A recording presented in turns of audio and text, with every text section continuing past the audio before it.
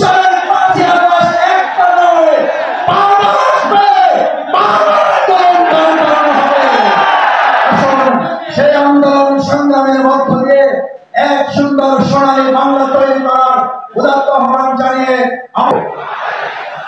সম্মানিত তৌহিদি জনতা, আজকের এই সিরাতুন নবী সাল্লাল্লাহু আলাইহি ওয়াসাল্লাম উদযাপন কমিটির মঞ্চের দিকে তাকালে আমাদের প্রথম হৃদয়টা হাহাকার করে ওঠে, যার জন্য আমরা তার জন্য আল্লাহ তাআলার কাছে দোয়া করি, আল্লাহ তাআলার দরবারে জান্নাতুল ফেরদাউস কামনা করি। আমাদের কোরআনের পাখি, কোরআনের তাফসীরকার হযরত মাওলানা দেওয়ার হোসেন সাইদি রাহমাহুল্লাহ, আল্লাহ সুবহানাহু ওয়া তাআলা তাকে জান্নাতুল ফেরদাউসের জন্য কবুল করুন।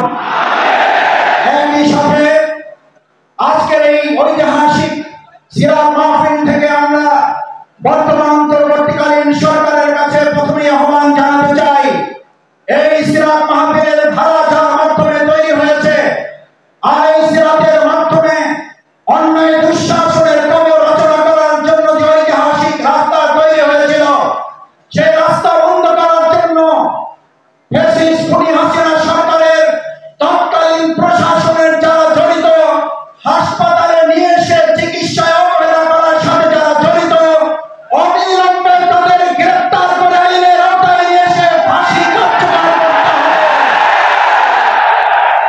সম্মানিত ভাই এবং বন্ধুগণ, আজকের ঐতিহাসিক সিরাত মাহফিলের প্রথম আহ্বান হচ্ছে, যদি সিরাতের মাধ্যমে দেশ পরিচালিত হয়, এমন এক ঐতিহাসিক প্রেক্ষাপটে আজকের এই মাহফিল, যখন রাষ্ট্র মেরামতের কাজ চলছে, আমরা অন্তর্বর্তীকালীন সরকারের কাছে উদাত্ত আহ্বান জানাতে চাই, মানুষের তৈরি করা তন্ত্র মন্ত্র কোনো মতবাদ দিয়ে রাষ্ট্র সংস্কার করে উই ওয়ান্ট জাস্টিসের অধিকার আদায় করা যাবে না।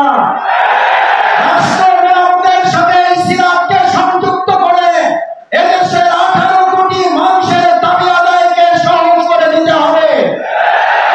যদি সিরাতকে সামনে রাখা হয়, তাহলে হযরত ওমরের মতো ব্যবসায়ী তৈরি হবে, আর না হলে সালমান ইবনে রহমান তৈরি হবে। সিরাতকে সামনে রাখলে হযরত ফাতেমা খাদিজা রাদিয়াল্লাহু তাআলা আনহা তৈরি হবে, আর না হলে পলাতক শেখ হাসিনা তৈরি হবে।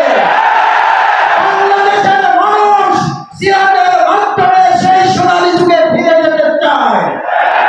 সম্মানিত ভাই এবং বন্ধুগণ, সিরাতের মাধ্যমে শিক্ষা ব্যবস্থা তৈরি করলে আজকে তৈরি হবে হযরত ওমর, খাব্বাব, হামজা, তিতুমীরের মতো অনুসারী, আর না হলে তৈরি হবে হেলমেট এবং হাতুড়ি লীগের বাহিনী। আর জানতে চাই, এই তৌহিদি জনতা হাতুড়ি লীগ আর হেলমেট চায় নাকি তিতুমীরের বাহিনী চায়? সম্মানিত ঢাকাবাসী, আজ এই ঐতিহাসিক সিরাতের মাধ্যমে আমরা বাংলাদেশের মানুষের কাছে আহ্বান জানাতে চাই, এই প্রিয় মাতৃভূমি বাংলাদেশ, এই বাংলাদেশে যারা ইতিমধ্যে চোরের খনি আবিষ্কার করেছেন, আর সেই বাংলাদেশে সিরাতের শিক্ষায় শিক্ষিত হয়ে দুর্নীতির অন্যায় করেন নাই, দুর্নীতি করেন নাই, মসজিদ ইমামতের পাশাপাশি মন্ত্রণালয় পরিচালিত করতে পারে, চোরের সোনার খনির বিপরীতে সিরাতের অনুসারীরা সোনার মানুষ উপহার দিতে সক্ষম হয়েছে।